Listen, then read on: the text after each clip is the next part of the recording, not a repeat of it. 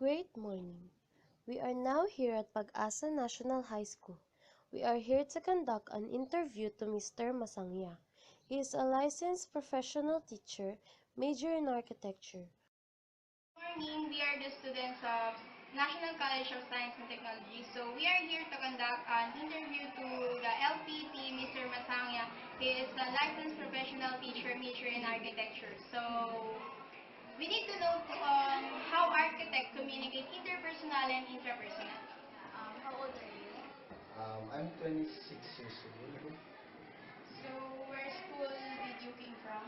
So I graduated from PUP Cavite, and now I'm having my master's degree in FEU Manila.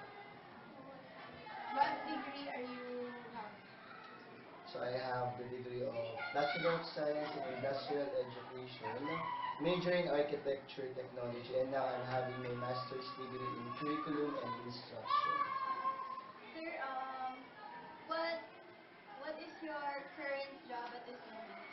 So currently, I'm a secondary teacher, and I'm teaching AutoCAD for grade 10, who wants to deal with architecture engineering in the future here in Pag-asa National High School. Also, I'm also a part-time instructor in NCST, College of Engineering and Architecture, and then AutoCAD operator, designing houses, and some renovations with plans. Sir, may you please, what is the difference between architecture and engineering? Okay, so when we say engineering, we're talking about the science of exact matter. And then when we say engineering, it has different aspects. For example, civil engineering, mechanical, electrical, electronics, and so on and so forth. But in architecture, we're not just dealing about science. It's also an art. That's why it's the science and art of building, construction, and design. Sir, how you're going to communicate with yourself? Just for example, you are having your works. How are you dealing it with yourself? So, of course, when I got the project, first I'm going to ask myself, is it worth to take the risk or give my time in it? So I'm having the reflection, and then I'm thinking about budgeting my time, and having a time frame for the project so I can beat the deadline. Also, when you're dealing with the project, uh, although it's not your house, okay, you should think that you are designing it as if you are the one who will live inside it. So you can design it at its best, right? Sir, what is your normal time span when you do your layout or your draft? Okay, so the normal time span, it depends with the requirements of the plan. Okay, it will be based, for example, if it's bungalow, okay, and then the size of the lot. So it all depends, case-to-case basis, and then if my time is hectic with my teaching job, so it will be postponed on the other day.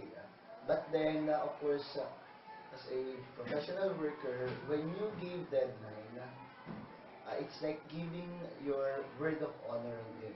You need to, you should not disappoint your client, right? So that's why um, having or giving the deadline, you should think first smart before uttering the words or the date on it. Sir, like you said a while ago, you tell the AutoCAD. What is AutoCAD? So AutoCAD, it's a computer-aided design which is now used in the industry of architecture and engineering. In latter years, engineers and architects are used with drafting. They just do manual drawing, but as technology evolves, now we have the AutoCAD, the computer-aided design, in which we use computer in order to draw. And it's more convenient, uh, it values time, pressure, and then it gives us, yeah, like what I said, it's convenient to be used. Sir, what do you usually do? Interior or exterior design?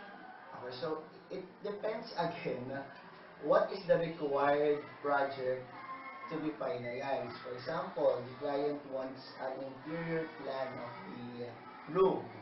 So you're going to do that. At the end of the day, the client is your boss. You can suggest, but you need to value what the client wants because they have the budget. Okay? So, sir, how are you going to communicate with the client? So in communicating with the client, you need to, of course, you need to prepare first with your attire so that they will see you as respectable, right, professional. And then in dealing with the client, what I'm doing is that I'm getting their personal notes, their information, which we can consider in planning the house. Because house is not just a structure, diba? This is where the people who lives there will communicate, will grow. That's why we need to evolve their lifestyle, and that's what I'm doing in my communication with them.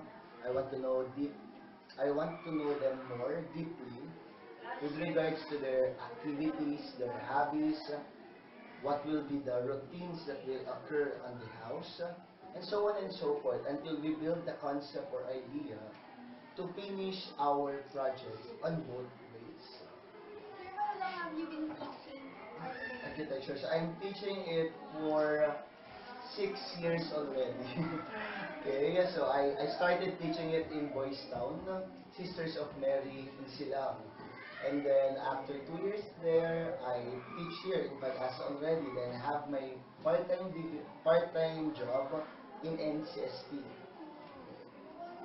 So, sir, in dealing with the clients, what are the problems that you already encountered? So in dealing my clients, to those clients who wants to design their house, some of the problems are, for example, the time being set. Uh, some are late who will come on the meeting place. And then aside from that, the hardest part is those clients who change their mind easily. Double-headed. They want this today and then tomorrow they are going to change it. And so the whole plan will be revised. And again, they are still the client, so you can suggest, but you need to get what they want. Okay. So, sir, being an architect, you need to have a lot of patience to Yes. the clients that you are.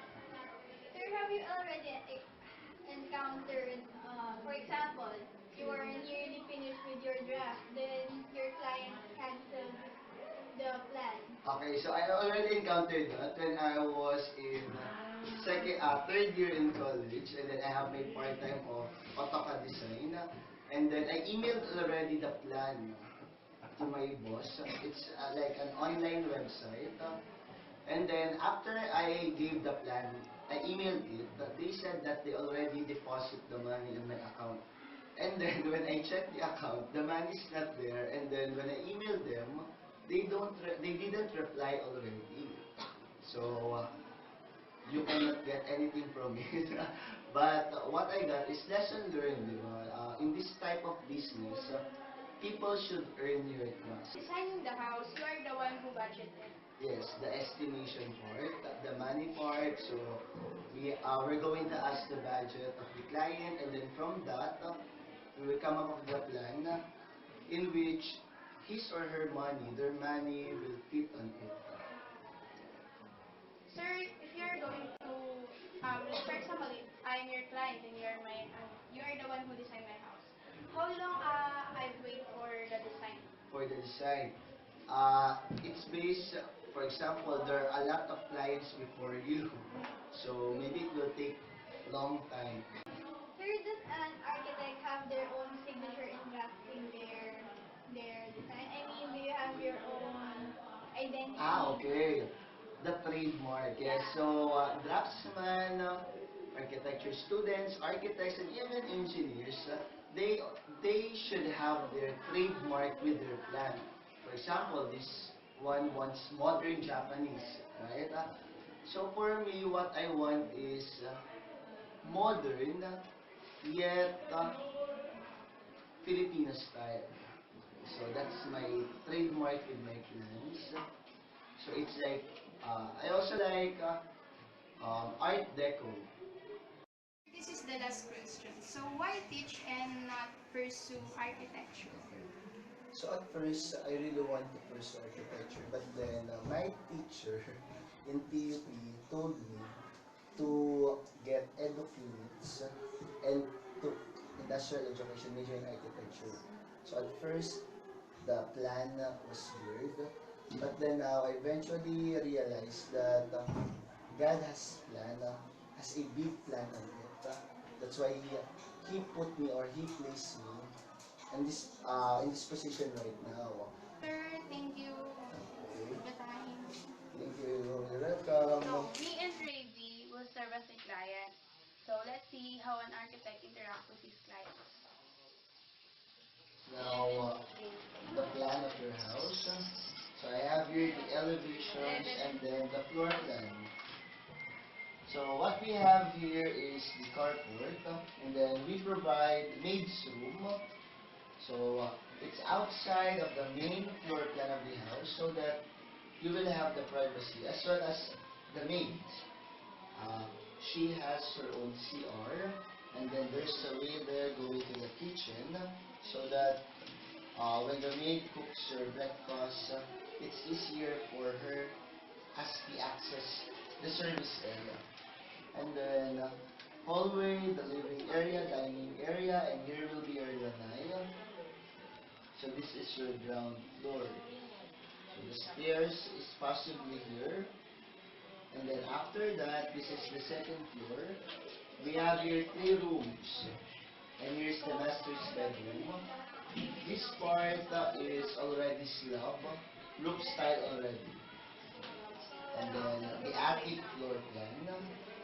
So we will have the attic for storage. Okay, because we have high roof.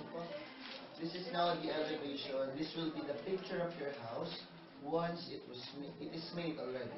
This is the specs. So it's made up of red bricks, and then we also use moldings to be placed in the cement for accent, and then dormer window for the attic. We also have gable roof, and then the architectural beam as a foundation. So possibly this will be the picture of your house once it is built. So, what is the estimated budget for this? So the estimated budget for this design around 2.5 million to 3.5.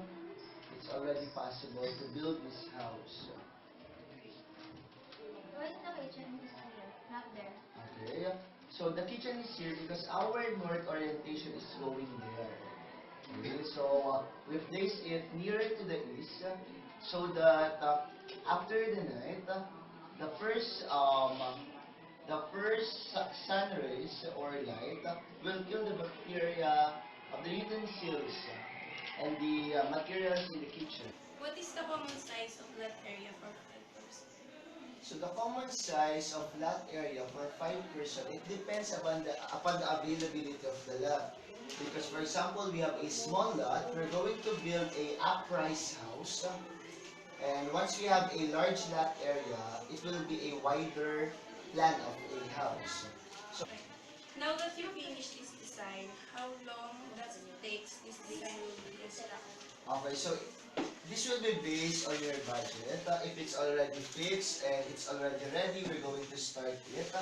Maybe a year will do. It's long enough to finish this house. Already. Okay, sir. Thank you. Thank you.